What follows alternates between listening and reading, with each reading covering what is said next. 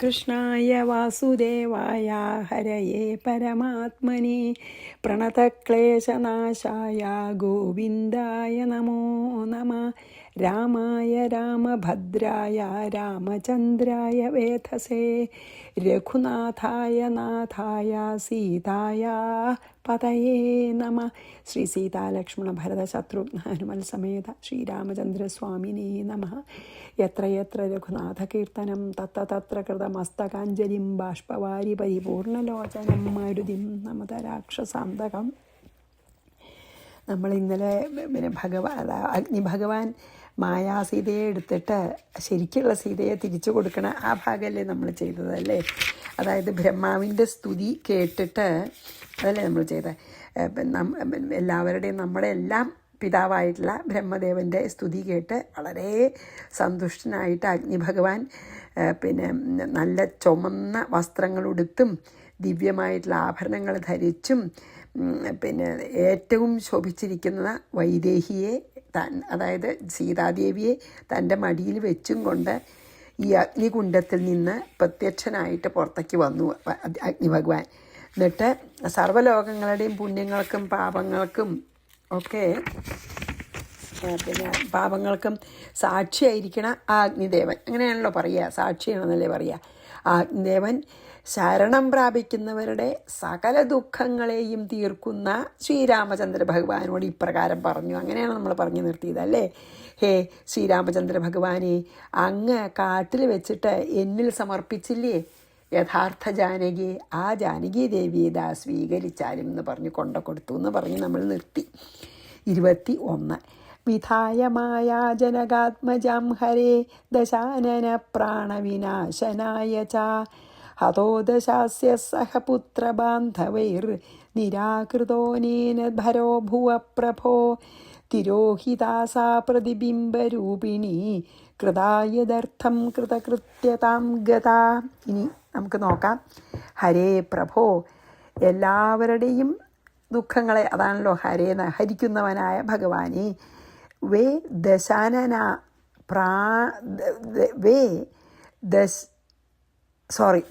ഹരേ പ്രഭോ അങ്ങനെയുള്ള വിളിച്ചു.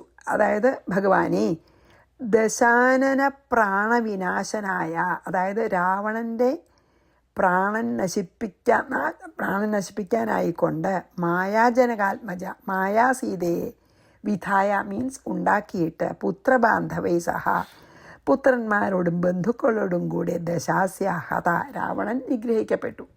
അങ്ങനെയാണ് മായാസീത ഉണ്ടാക്കിയത്. എന്നിട്ട് ആ മായാസീതയെ കാരണമാക്കിയിട്ട് രാവണനെയും മക്കളെയൊക്കെ കൊന്നു. അനേന ഇതുകൊണ്ട് ഭൂമിയുടെ ഭാരം നിരാകൃത, കുറേ ഭൂമിയുടെ ആ ബേർഡൻ എടുത്തു കളഞ്ഞു അല്ലേ, ഭാരം കളഞ്ഞു. യഥർത്ഥം കൃത, ഏത് കാര്യത്തിനായിട്ടാണ് ഈ മായാദേവിയെ ഉണ്ടാക്കിയത്? കൃതകൃത്യത, ആ ഉദ്ദേശം കഴിഞ്ഞു. ഗത പ്രാപിച്ച പ്രതിബിംബരൂപിണി സ, ആ പ്രതിബിംബരത്തോടു കൂടിയ അവൾ, അതായത് ആ മായാസീത തിരോഹിത മറഞ്ഞിരിക്കുന്നു എന്ന് പറയും. ഹേ ഭഗവാനെ, എന്താ പറയണേ, ജാനകി ദേവിയെ യഥാർത്ഥമായിട്ടുള്ള സീതയെ സ്വീകരിച്ചാലെന്ന് പറഞ്ഞതിന് ശേഷം അഗ്നിഭഗവാൻ പറഞ്ഞു, ഹേ ഹരേ പ്രഭോ, രാവണനെ വധിക്കാനുള്ള ഒരു കാരണമായിട്ട് അങ്ങ് മായാസീതയെ ഉണ്ടാക്കി. എന്നിട്ട് രാവണനെയും അവൻ്റെ പുത്രന്മാരെയും ബന്ധുക്കളെയും എല്ലാം നിഗ്രഹിച്ചു. എന്നിട്ട് ഭൂമിക്കുണ്ടായിരുന്ന ഭാരത്തിനെ കുറച്ചു. ഇപ്പം അങ്ങയുടെ കാര്യം സാധിച്ചു കഴിഞ്ഞത് കൊണ്ട് ആ വളരെ കൃതാർത്ഥയായിട്ട് ആ മായാസീത, അത് പ്രതിബിംബമായിട്ടുള്ള, വെറും ശരിക്കുള്ള സീതയല്ലല്ലോ, സീതയുടെ പ്രതിബിംബം, അതാ മായയിലത്തെ സീത, മായയ്ക്ക് അതീതാണ് ശരിക്കും സീത. പക്ഷെ മായയിൽ ഇറങ്ങി വന്ന ആ പ്രതിബിംബമായ സീത എന്നിൽ ലയിക്കുകയും ചെയ്തു. അപ്പം ഇതിങ്ങനെ വായിച്ചപ്പോൾ എനിക്ക് ഒരിത് തോന്നി, ശരിയല്ലേ, നമ്മളൊക്കെ, അതായത് ഇപ്പോൾ മായാസീതയാണല്ലോ ഇപ്പോൾ രാവണൻ കട്ടുകൊണ്ടുപോയതും ഇപ്പോൾ തീയിൽ അർപ്പിച്ചു, അതായത് തീയിൽ ചാടിയപ്പോൾ ആ മായാസീതയെ കൊണ്ടുപോയി വന്യഭഗവാൻ. എന്നിട്ട് ശരിക്കുള്ള സീതയെ, ഒരിക്കലും നശിക്കാത്ത, ഒരിക്കലും ഒന്നുകൊണ്ടും നശിപ്പിക്കാൻ കഴിയാത്ത സീത തിരിച്ചു കൊടുത്തല്ലോ. അപ്പോൾ ഞാനത് വായിച്ചപ്പോൾ എനിക്ക് തോന്നി എന്താ വെച്ചാൽ നമ്മളുമൊക്കെ ഈ പരമാത്മാവിൻ്റെ പ്രതിബിംബങ്ങളാണ് ജീവാത്മാവേ. നമ്മൾ ഈ ദേഹത്തിലിരിക്കുമ്പോൾ ശരിക്ക് പരമാത്മാവിൻ്റെ പ്രതിബിംബങ്ങളാണ്. ഈ പ്രതിബിംബത്തിനെ നമ്മൾ മരിക്കുമ്പോൾ, അതായത് ഈ ദേഹം നശിച്ചാൽ ആ പ്രതിബിംബം നശിച്ച് പരമാത്മാവിനെ ആയിത്തീരും അല്ലേ? അത് ഒരു ഒരു ഒരു ഇതായിട്ട് തോന്നി എനിക്ക്. നമ്മളെല്ലാം പ്രതിബിംബങ്ങളാണ്. മായക്കണ്ണാടിയിലത്തെ പ്രതിബിംബങ്ങളാണ് നമ്മളെ. സീത മായാസീതയായിട്ട് വന്നില്ലേ, അതുപോലെ മായക്കണ്ണാടിയിലത്തെ ഭഗവാന്റെ പ്രതിബിംബങ്ങളാണ് നമ്മളൊക്കെ. അപ്പോൾ ഈ ദേഹം വീണുപോയാൽ പിന്നെ നമ്മൾ ആ മായക്കപ്പുറത്തുള്ള ഭഗവാൻ തന്നെ ആയിത്തീരും നമ്മൾ എന്ന് തോന്നുക. എനിക്കത് വായിച്ചപ്പോട്ടോ, അത് ഞാൻ ഷെയർ ചെയ്തേ ഉള്ളൂ. അപ്പം നമുക്ക് 21 വായിച്ച് 22 പോവാം. വിധായ മായാ ജനകാത്മജം ഹരേ ദശാനന പ്രാണവിനാശനായ ച ഹതോദശാസ്യ സഹ പുത്രബാന്ധവേർ നിരാകൃതോനേന ഭരോ ഭുവ പ്രഭോ തിരോഹിതാസാ പ്രതിബിംബരൂപിണി കൃതായദർത്ഥം കൃതകൃത്യതാം ഗതാ. അതായത് ആ രാവണനെയും മക്കളെയും കൊന്നിട്ട് ഭൂഭാരം തീർക്കുക എന്നുള്ള ഉദ്ദേശം മായാസീതയാൽ ഇപ്പോൾ ചെയ്യപ്പെട്ടു. അപ്പം നല്ല കൃതാർത്ഥതയോടുകൂടി മായാസീത മറഞ്ഞു. അതാണ് പറയണത്. പിന്നെ അതായത് തീയിലെ പോയി. ഇനി 22. തതോധിഹൃഷ്ടം പരിഗൃഹ്യ ജാനകിം രാമപ്രഹൃഷ്ട പ്രതിപൂജ്യ പാവകം സ്വാംഗേ സമാവേശ സദാനപായിനിം ശ്രിയം ത്രിലോകീ ജനനിം ശ്രിയപ്പതി തഥാ. അതിനുശേഷം അതിഹൃഷ്ട വളരെ സന്തോഷിച്ചവളും സദാ അനപായിനി എപ്പോഴും പിരിയാതെ ഇരിക്കുന്നവളും ത്രിലോക ജനനിയും ഈ 3 ലോകങ്ങളുടെ ജനനിയുമായ ശ്രീയം ജാനകി മഹാലക്ഷ്മി തന്നെയായ ജാനകിയെ പ്രഹൃഷ്ട അതിസന്തുഷ്ടനും ശ്രീയപ്പതി ലക്ഷ്മി ദേവിയുടെ ഭർത്താവുമായ രാമൻ പരിഗൃഹ്യ സ്വീകരിച്ച് സ്വാംഗെ തൻ്റെ മടിയിൽ ഇരുത്തിയിട്ട് എന്ന് പറഞ്ഞു. ഇരുത്തിയിട്ടെന്ന് പറഞ്ഞ് നിർത്തി അല്ലേ? അതായത് പിന്നെ അഗ്നിദേവൻ അത് പറഞ്ഞ് കേട്ടിട്ട് വളരെ സന്തോഷിച്ച് ഏത് കാലത്തും രാമനെ ഒരിക്കലും പിരിയാതിരിക്കുന്നവളും, മഹാലക്ഷ്മി എപ്പോഴും ഭഗവാന്റെ പിന്നെ വക്ഷസ്സിൽ ഇരിക്കല്ലേ, ഒരിക്കലും പിരിയാത്തവളും 3 ലോകങ്ങളുടെ മാതാവും സാക്ഷാൽ മഹാലക്ഷ്മിയുടെ അവതാരവുമായ ആ സീതയെ ജനകപുത്രിയെ വളരെ സന്തോഷത്തോടുകൂടി ലക്ഷ്മി വല്ലഭനായിട്ടുള്ള ശ്രീരാമൻ സ്വീകരിച്ച് മടിയിലിരുത്തി എന്ന് പറഞ്ഞു. മടിയിലിരുത്തിയിട്ട് എന്ന് അതാണ്. അതായത് വന്യദേവൻ ഇങ്ങനെ പറഞ്ഞു കൊടുത്തപ്പോൾ ഭഗവാന് വളരെ സന്തോഷമായി. ഒരിക്കലും പിരിഞ്ഞിട്ടൊന്നുമില്ല ഭഗവാനെ. കാരണം അത് മായാസീതയായിരുന്നു, വെറുതും പ്രതിബിംബമായിരുന്നു രാവണൻ്റെ കയ്യിലുണ്ടായിരുന്നതൊക്കെ. അപ്പം എന്നാലും അത് ഭയങ്കര സന്തോഷമായിട്ട് പിന്നെ ഈ ശരിക്കുള്ള സീതാദേവിയെ സ്വീകരിക്കുക എന്ന് നടിച്ച് ശ്രീരാമൻ മടിയിൽ ഇരുത്തി സ്വീകരിച്ചിട്ട് എന്ന്. തതോധിഹൃഷ്ടം പരിഗൃഹ്യ ജാനകിം രാമം ബൃഹഷ്ട പ്രതിപൂജ്യ പാവകം സ്വാംഗേ സമാവേശ സദാനപായിനിം ശ്രിയം ത്രിലോകീ ജനനിം ശ്രിയപ്പതി അങ്കേന. അങ്കം വെച്ചാൽ മടിയിൽ, സ്വന്തം മടിയിലിരുത്തി. എന്നിട്ട് ഇനി നമുക്ക് നോക്കാം. എൻ്റെ കണ്ണടന്ന് തുടയ്ക്കണം, കാണാല്.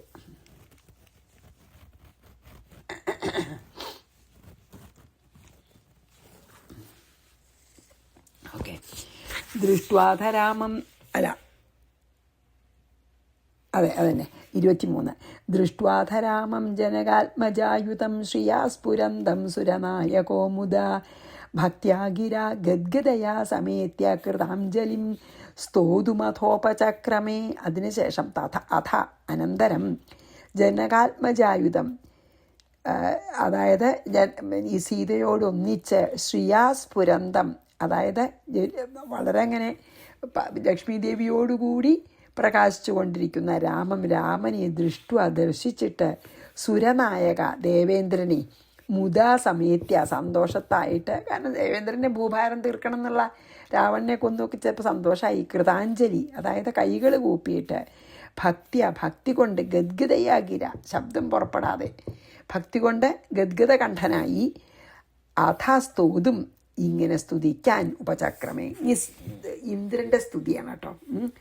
അതായത് ജാനകി സമേതനും അതുകൊണ്ട് വിശേഷമായി പ്രകാശിക്കുന്നവനുമായ ശ്രീരാമനെ കണ്ട് അതി സന്തോഷത്തോടുകൂടി ദേവേന്ദ്രൻ ഭക്തി കൊണ്ട് ഇടറിയ ശബ്ദത്തോടെ ഇടറിയ കണ്ഠത്തോടെ വാക്കുകൊണ്ട്, അതായത് നല്ല വാക്കുകൊണ്ട് ഭഗവാനെ സ്തുതിക്കാൻ തുടങ്ങി എന്നിങ്ങി സ്തുതിയാണ്. അതായത് ഇന്ദ്രന് സന്തോഷമായി, ഭൂഭാരം തീർത്തു, ഇന്ദ്രനെ ബുദ്ധിമുട്ടിക്കുന്ന രാവണനെയും അങ്ങനത്തെ ദുഷ്ടന്മാരെ കുറേ കൊന്നു. അപ്പം ഇന്ദ്രന് സന്തോഷമായി. മാത്രമല്ല സീതാസമേതനായിട്ടുള്ള ആ ശ്രീരാമനെ കണ്ടപ്പോൾ ഭക്തി കൊണ്ട് ഇന്ദ്രൻ്റെ കണ്ഠം ഇടറി, എന്നിട്ട് സ്തുതിക്കാൻ തുടങ്ങി. ദൃഷ്ട്വാഥ രാമം ജനകാത്മജായുധം ശ്രിയാ സ്ഫുരന്തം സുരനായകോ മുദാ ഭക്ത്യാ ഗിരാ ഗദ്ഗദയാ സമേത്യ കൃതാഞ്ജലിസ്തോതും അഥോപചക്രമേ. ഇനി ഇന്ദ്ര ഉവാച ഭജേഹം സദാ രാമമിന്ദീവരാഭം ഭവാരണ്യദാവാനലാഭാഭിധാനം ഭവാനീഹൃദാ ഭാവിതാനന്ദരൂപം ഭവാഭാവഹേതും ഭവാദിപ്രപന്നം. ഭാന്ന് വെച്ചിട്ടാണ് എല്ലാം ചെയ്തിരിക്കുന്നത്. ഇന്ദീവരാഭം, അതായത് ഇന്ദീവരത്തിൻ്റെ ശോഭ പോലെ ഇരിക്കുന്ന, ശോഭയോടുകൂടിയതും, ഭവാരണ്യ ദാവാനലാഭിധാനം ഭവാരണ്യ ദാവാനലാഭാഭിധാനം, അതായത് ഭവം ച സംസാരം, സംസാരമാകുന്ന കാടിന് അരണ്യം കാടല്ലേ, സംസാരമാകുന്ന കാടിന് കാട്ടുതീ പോലെ ഇരിക്കുന്ന, അതാണ് ദാവാനലൻ, കാട്ടുതീ പോലെ ഇരിക്കുന്ന പേരോടുകൂടിയും, അതായത് ഭവമാകുന്ന ഈ കാടിനെ നശിപ്പിക്കാൻ പോന്ന നാമാണ്, നാമത്തോടു കൂടിയും, ഭവാനി ഹൃദ, അതായത് പാർവതീദേവിയുടെ ഹൃദയത്താൽ ഭാവിത ആനന്ദരൂപം, ഭാവിക്കപ്പെടുന്ന ആനന്ദത്തോടു കൂടിയും, ഭവാഭാവഹേതു, ഭവത്തിൻ്റെ, അതായത് സംസാരത്തിൻ്റെ അല്ലെങ്കിൽ പുനർജന്മത്തിൻ്റെ അഭാവത്തിന് കാരണമായും, അതാണ് ഭവം അഭാവം, ഇനി ഒന്നുകൂടി ജനിക്കാണ്ടിരിക്കാൻ കാരണമായവനും, അതായത് മോക്ഷം കിട്ടുന്ന, ഭവാദിപ്രപന്നം, ശിവൻ ആദിയായവരാൽ ശരണം പ്രാപിക്കപ്പെടുന്നവനുമായിരിക്കുന്ന രാമനെ അഹം സദാ ഭജേ. നല്ല രസമുള്ളൊരു സ്തുതിയാണ് ഇന്ദ്രൻ്റെ. അതായത് നീലത്താമരപ്പൂവിൻ്റെ ശോഭയോടുകൂടിയ, ശോഭ പോലെയുള്ള ശോഭയോടുകൂടിയവനും, അതായത് നീലത്താമര പോലെ ഭംഗിയുള്ളവനും, കാണുന്നവരുടെ കണ്ണുകൾക്ക് സന്തോഷം നൽകുന്നവനും, ഈ സംസാരമാകുന്ന, അതാണല്ലോ എന്ന് പറഞ്ഞില്ല, ഭവാരണ്യം എന്ന് പറഞ്ഞില്ലേ, ആരണ്യം, അതായത് സംസാരമാകുന്ന ഈ കൊടുങ്കാടിന് ഒരു കാട്ടുതീ പോലെ ഇരിക്കുന്ന പേരോടുകൂടിയവനും, അതായത് ഭഗവാന്റെ നാമം നമ്മുടെ സംസാര ദുഃഖത്തിനെയൊക്കെ നശിപ്പിക്കും. കാട്ടുതീയെ മരങ്ങളെ നശിപ്പിക്കണ പോലെ, അതാണ് സംസാരമാകുന്ന കൊടുങ്കാടിന് കാട്ടുതീ പോലെ ഇരിക്കുന്ന നാമം ഉള്ളവനും, പാർവതീദേവി ഹൃദയത്തിൽ എപ്പോഴും ധ്യാനിച്ചു കൊണ്ടിരിക്കുന്ന ആനന്ദസ്വരൂപനും, പുനർജന്മം ഇല്ലാതെയാക്കുന്നതിന് കാരണമായവനും, മുക്തി നൽകുന്നവനും അർത്ഥം. ശിവൻ മുതലായ ദേവന്മാരാൽ ശരണം പ്രാപിക്കപ്പെടുന്നവനുമായ ശ്രീരാമനെ ഞാനിതാ സദാ ഭജിക്കുന്നേൻ എന്നാണ് ഇതിൽ ആദ്യത്തെ ശ്ലോകം. വളരെ നല്ല സ്തുതിയാണ്. ആരുടെ? ദേവേന്ദ്രൻ്റെ. ഭജേഹം സദാ രാമമിന്ദീവരാഭം ഭവാരണ്യദാവാനലാഭാഭിധാനം ഭവാനി ഹൃദാഭാവിതാനന്ദരൂപം. ഭവാനി ചവിടെ പാർവതിയാണ്. പാർവതി ഹൃദയത്തിൽ ധ്യാനിക്കുന്നവനും, ഭവാഭാവഹേതും ഭവാദിപ്രപന്നം. ഭവാഭാവം എന്ന് പറഞ്ഞാൽ എന്താ? പുനർജന്മത്തിൻ്റെ അഭാവം, മീൻസ് മുക്തി നൽകുന്നവനും, ഭവാദിപ്രപന്നം ശിവനെ പോലെയുള്ള ദേവന്മാരാൽ ശരണാഗതി അടഞ്ഞവനുമായിട്ടുള്ള രാമനെ ഞാൻ നമിക്കുന്നു എന്നാണ് ആദ്യത്തെ ശ്ലോകം കേട്ടോ. വളരെ നല്ല ഇതാണ്. ഇനി നമുക്ക് രണ്ടാമത്തെ ശ്ലോകം ചെയ്യാം. ഇന്ദ്രസ്തുതിയിലത്തെ 25. സുരാനീക ദുഃഖൗഘനാശൈകഹേതും നരാകാരദേഹം നിരാകാരമീഡ്യം പരേശം പരാനന്ദരൂപം വരേണ്യം ഹരിം രാമമീശം ഭജേ ഭാരനാശം. എത്ര സ്ഥലത്തുതിയ സുരാനീക ദുഃഖൗഘനാശൈകഹേതു, അതായത് ഈ ദേവസമൂഹത്തിൻ്റെ ദുഃഖത്തെ നശിപ്പിക്കുന്നതിന് കാരണമായവനും, നരാകാരദേഹം മനുഷ്യദേഹം സ്വീകരിച്ചവനും, നിരാകാരം ശരിക്കും നിരാകാരനാണെങ്കിലും ആകാരമൊന്നുമില്ലല്ലോ ബ്രഹ്മത്തിന്, മനുഷ്യ രൂപം സ്വീകരിച്ചിരിക്കുകയല്ലേ. അപ്പം നിരാകാരനാണ് ശരിക്ക്.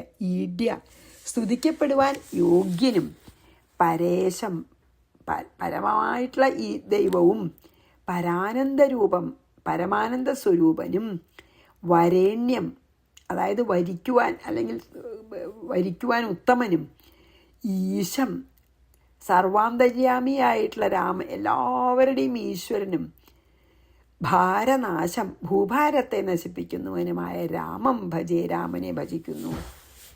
അതായത് ഇതിലെന്താ പറഞ്ഞു വെച്ചാൽ ദേവന്മാർക്കുണ്ടാകുന്ന ബഹുവിധ ദുഃഖങ്ങളെ ശമിപ്പിക്കുന്നതിൽ പ്രധാന കാരണം ആയവനും മായ കൊണ്ട് മനുഷ്യരൂപത്തെ സ്വീകരിച്ചവനാണെങ്കിലും ശരിക്ക് പരബ്രഹ്മം നിരാകാരമായ പരബ്രഹ്മമായിരിക്കുന്നവനും അല്ലേ. ശരിക്ക് മായ കൊണ്ട് മനുഷ്യരൂപം സ്വീകരിച്ചവനാണെങ്കിലും യഥാർത്ഥത്തിൽ പരബ്രഹ്മം തന്നെയായി നിരാകാരമായ പരബ്രഹ്മമായിരിക്കുന്നവനും അതുകൊണ്ട് ഏറ്റവും സ്തുതിക്കപ്പെടുവാൻ യോഗ്യനും ബ്രഹ്മാദിദേവന്മാർക്കും കൂടിയും ഈശ്വരനായിരിക്കുന്നവനും പരമാനന്ദ സ്വരൂപനും സർവവിധ ദുഃഖങ്ങളെ സംഹരിക്കുന്ന ആദിപുരുഷനും ഭൂമിഭാരത്തെ തീർത്തവനുമായ രാമനെ ഞാൻ ഭജിക്കുന്നു. സുരാനീക ദുഃഖൗഘനാശൈക ഹേതും നരാകാരദേഹം നിരാകാരമീഡ്യം പരേശം പരാനന്ദരൂപം വരേണ്യം ഹരിം രാമമീശം ഭജേ ഭാരനാശം. ഇത് നമ്മൾ ശരിക്ക് നമ്മൾ ഹാർട്ടാക്കിയിട്ട് എന്നും ചെല്ലാവുന്ന അത്ര നല്ല ഭംഗിയുള്ള സ്തുതി. പ്രപന്നാഖിലാനന്ദദോഹം പ്രസന്നം പ്രപന്നാർത്തി നിശേഷനാശാഭിധാനം തപോയോഗയോഗീശ ഭാവാവിഭാവ്യം കപീശാദിമിത്രം ഭജേ രാമചന്ദ്രം. പ്രപന്നാഖിലാനന്ദദോഹം അതായത് പ്രപന്നം എന്ന് പറഞ്ഞാൽ ശരണാഗതി അടയുന്നവരായവർക്കെല്ലാം ആനന്ദം ദോഹം ആനന്ദം നൽകുന്നവനും ശരണാഗതി അടഞ്ഞവർക്കെല്ലാം ആനന്ദം നൽകുന്നവനും അതാണ് പ്രപന്നാഖില ആനന്ദദോഹം. പിന്നെ പ്രസന്നം എപ്പോഴും പ്രസന്നനും പ്രസാദിച്ചിരിക്കുന്നവനും. പിന്നെയോ പ്രപന്നാർത്ഥി നിശേഷനാശാഭിധാനം അതായത് ശരണാഗതന്മാരുടെ ദുഃഖത്തെ നിശേഷം നശിപ്പിക്കുന്നവനും നിശേഷം നശിപ്പിക്കുന്ന രാമനാമത്തോടു കൂടിയവനും. അതായത് പിന്നെ ആരാണ് ശരണാഗതികാരാണ് അവരുടെ ദുഃഖത്തെ മുഴുവൻ നശിപ്പിക്കുന്ന ശ്രീരാമനാമത്തോടു കൂടിയവനും. തപോയോഗ യോഗീശ ഭാവാവിഭാവ്യം തപസ് യോഗം എന്നിവയാൽ യോഗീശ്വരന്മാര് ഭക്തിയോടുകൂടി ഏറ്റവും ധ്യാനിക്കപ്പെടുന്നവനും. അതായത് ഏറ്റവും അധികം യോഗീശ്വരന്മാര് ഭക്തിയോടുകൂടി ധ്യാനിക്കപ്പെടുന്നവനും അല്ലെങ്കിൽ ധ്യാനിക്കപ്പെടുവാൻ യോഗ്യനും. കപീശാദിമിത്രം അതായത് പിന്നെ സുഗ്രീവൻ മുതലായ കപിശ്രേഷ്ഠന്മാരുടെ സുഹൃത്തും ആയ രാമചന്ദ്രൻ ഭജേ രാമചന്ദ്രനെ ഭജിക്കുന്നു. അതായത് സർവാത്മന തന്നെ ശരണം പ്രാപിക്കുന്ന എല്ലാവർക്കും ആനന്ദം നൽകുന്നവനും ഭക്തന്മാരിൽ പ്രസാദിക്കുന്നവനും ശരണാഗതന്മാരുടെ ദുഃഖങ്ങളെ സമൂലം നശിപ്പിക്കുന്ന പേരുള്ളവനും യോഗീശ്വരന്മാരാൽ തപസ്സിൽ കൂടെയും യോഗം അനുഷ്ഠാനങ്ങളിലൂടെയും ഏറ്റവും ധ്യാനിക്കപ്പെടുവാൻ യോഗ്യനും. സുഗ്രീവൻ വിഭീഷണൻ അങ്ങനത്തെ കവികളാൽ സുഗ്രീവൻ്റെ ഹനുമാൻ്റെ ഒക്കെ മിത്രല്ലേ. ഹനുമാൻ്റെ മിത്രമല്ല, ഹനുമാൻ്റെ പ്രഭുവാണ്. എന്തായാലും സുഗ്രീവൻ അങ്ങനെ പോലുള്ളവരുടെ മിത്രവുമായിരിക്കുന്ന ശ്രീരാമചന്ദ്രനെ ഞാൻ ഭജിക്കുന്നേൻ. പ്രപന്നാഖിലാനന്ദദോഹം പ്രസന്നം പ്രപന്നാർത്തി നിശേഷനാശാഭിധാനം തപോയോഗയോഗീശ ഭാവാവിഭാവ്യം കപീശാദിമിത്രം ഭജേ രാമചന്ദ്രം. ഇനി 26 നമ്മൾ ചെയ്ത 27 ചെയ്യാം. 27 എന്തായാലും ചെയ്യാം. നോക്കട്ടെ എത്ര 19 ആയിട്ടുള്ളത്. 27 സദാ ഭോഗഭാജം സുദൂരേ വിഭാന്തം സദാ യോഗഭാജ മധൂരേ വിഭാന്തം. എന്തൊരു ഭംഗി. ചിദാനന്ദകന്ദം സദാ രാഘവേശം വിദേഹാത്മജാനന്ദരൂപം പ്രപദ്യേ. ഭോഗഭാജാം എന്താ, വിഷയസുഖങ്ങളെ ആഗ്രഹിക്കുന്നവർക്ക്, ഭോഗങ്ങളെ ചെന്താ ഈ ഭൗതിക സുഖങ്ങൾ ആഗ്രഹിക്കുന്നവർക്ക് സദാ സദൂരെ, എപ്പോഴും ദൂരത്താണ്. അതായത് ഈ വിഷയസുഖങ്ങൾ ആഗ്രഹിക്കുന്നവരുടെ വളരെ അകലെയാണ് ഭഗവാൻ, ഏറ്റവും ദൂരത്താണ്. വിഭാന്തം, വളരെ ദൂരെ പ്രകാശിക്കുന്നവനും. യോഗഭാജാം, യോഗത്തെ ഭജിക്കുന്നവർക്ക്, ഭഗവാനായിട്ട് യോജിക്കണമെന്ന് വിചാരിക്കുന്നവർക്ക് അദൂരെ, അടുത്തുമാണ്. സദാ വിഭാതം, എപ്പോഴും പ്രകാശിച്ചു കൊണ്ടിരിക്കുന്നവനും. ചിദാനന്ദ കന്ദം, അതായത് ജ്ഞാനത്തിൻ്റെയും ആനന്ദത്തിൻ്റെയും മൂലസ്ഥാനവും. കന്ദം എന്ന് പറഞ്ഞാൽ കിഴങ്ങാന്നാണ്. അപ്പോൾ ചിദാനന്ദ കന്ദം വെച്ചാൽ ഇവിടെ ചിത്ത പറയുമ്പോൾ ജ്ഞാനാണ്. ജ്ഞാനത്തിൻ്റെയും ആനന്ദത്തിൻ്റെയും മൂലസ്ഥാനവും. വിദേഹാത്മജാനന്ദരൂപം, സീതയുടെ ആനന്ദസ്വരൂപനും ആയ രാഘവേശം, രഘുകുല ശ്രേഷ്ഠനുമായ രാമനെ പ്രപദ്യേ, ശരണം പ്രാപിക്കുന്നു. അതായത് ശ്രീരാമൻ ആരുടെ അടുത്താണ് ഉണ്ടാവുക, ആരിൽ നിന്ന് അകലെയാണ് ഉണ്ടാവുക എന്നാണ് പറയണത്. എന്താ അറിയോ, എപ്പോഴും ഈ ഇഹലോക സുഖങ്ങളിൽ മുഴുകിയിരിക്കുന്നവർക്ക്, അതിനെ വേണ്ടി ആഗ്രഹിക്കുന്നവർക്ക് ഭഗവാൻ വളരെ ദൂരെയാണ്. ഇഹലോക സുഖങ്ങളെ ആഗ്രഹിച്ച് നടക്കുന്നവർക്ക് ഭഗവാൻ വളരെ ദൂരെ. അതേസമയം അതായത് നമ്മൾ ഈ സ്വർഗസുഖം അനുഭവിക്കാനോ അല്ലെങ്കിൽ എന്തെങ്കിലും കിട്ടാനോ വേണ്ടി ഇങ്ങനെ ഭൗതിക ആഗ്രഹങ്ങൾക്ക് വേണ്ടി പ്രാർത്ഥിക്കുന്നവരുടെ വളരെ ദൂരെയാണ് ഭഗവാൻ. പിന്നെയോ ഈ ഭഗവാനോട് ചേരണം എന്നുള്ള ആഗ്രഹത്തോടുകൂടി യോഗീശ്വരന്മാരെ പോലെ പ്രാർത്ഥിക്കുന്നവർക്ക് വളരെ അടുത്തുമാണ്. അവരുടെ സമീപത്തിൽ എന്ന് പറയാം, അവരുടെ ഹൃദയാന്തർഭാഗത്ത് തന്നെ പ്രകാശിക്കുന്നുണ്ട്. മറ്റവർക്ക് അകലെ പ്രകാശിക്കുള്ളൂ. ജ്ഞാനാനന്ദത്തിൻ്റെ മാത്രമല്ല, അങ്ങനെയുള്ള ആളും ജ്ഞാനത്തിൻ്റെയും ആനന്ദത്തിൻ്റെയും മൂലസ്ഥാനവും സീതാദേവിയുടെ ആനന്ദസ്വരൂപനുമായിരിക്കുന്ന രഘുകുലശ്രേഷ്ഠനെ ഞാൻ ശരണം പ്രാപിക്കുന്നേൻ എന്നാണ് പറയുന്നത്. അതായത് ഐഹിക ഭോഗങ്ങളിലും ഇങ്ങനെ നശ്വരമായിട്ടുള്ള സ്വർഗസുഖങ്ങളിലും ഒക്കെ ആഗ്രഹിക്കുന്നതൊക്കെ ശ്രീരാമന് വളരെ ദൂരെയാണ്. അതേസമയം ഈ നശ്വരമായ ഐഹിക ഭോഗങ്ങളിലും നശ്വരമായ സ്വർഗസുഖങ്ങളിലും ആഗ്രഹമില്ലാത്തവർക്ക് ശ്രീരാമൻ ഹൃദയത്തിൽ തന്നെ വസിക്കും. അവർക്ക് മാത്രമേ ശരിക്കും പറയാച്ച ആനന്ദസ്വരൂപനായ രാമനെ അറിയാനും പ്രാപിക്കാനും കഴിയുള്ളൂ എന്നർത്ഥം. അതാണ് ചിദാനന്ദകന്ധാണ്. അവർ അങ്ങനെ ജ്ഞാനത്തിൻ്റെയും ആനന്ദത്തിൻ്റെയും മൂലസ്ഥാനമാണ്. അപ്പം അതിനു വേണ്ടി ജ്ഞാനത്തിനും നിത്യാനന്ദത്തിനും വേണ്ടി ആഗ്രഹിക്കുന്നവരുടെ മനസ്സിന് മാത്രമേ വിളങ്ങുള്ളൂ എന്ന് പറയാണ്. അതെ, അതായത് സുഖമൊക്കെ വേഗം നഷ്ടപ്പെടുമല്ലോ, അതിനൊക്കെ വേണ്ടി ആഗ്രഹങ്ങൾക്ക് ശ്രീരാമൻ വളരെ അകലെയാണെന്നാണ് പറഞ്ഞത്. സദാ ഭോഗഭാജാം സുദൂരേ വിഭാന്തം, സദാ യോഗഭാജാമദൂരേ വിഭാന്തം, ചിദാനന്ദകന്ദം സദാ രാഘവേശം, വിദേഹാത്മജാനന്ദരൂപം പ്രപദ്യേ. നമുക്കപ്പോൾ ഇവിടെ നിർത്താം എന്നാണ് എനിക്ക് തോന്നുന്നത്. അടുത്തതാകുമ്പോഴേക്കും കുറച്ചധികം സമയമാവും. അപ്പോൾ നമുക്കിവിടെ നിർത്താം. ഇനിയുണ്ട് സ്തുതി കഴിഞ്ഞിട്ടില്ല കേട്ടോ.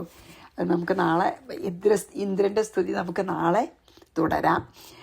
വളരെ വളരെ നല്ല പദങ്ങൾ ഉപയോഗിച്ച് വളരെ ഭംഗിയുള്ള ഒരു സ്തുതിയാണ്. എനിക്ക് വളരെ ഇഷ്ടപ്പെട്ടു. അപ്പോൾ നമുക്ക് നാളെ അത് കണ്ടിന്യൂ ചെയ്യാം.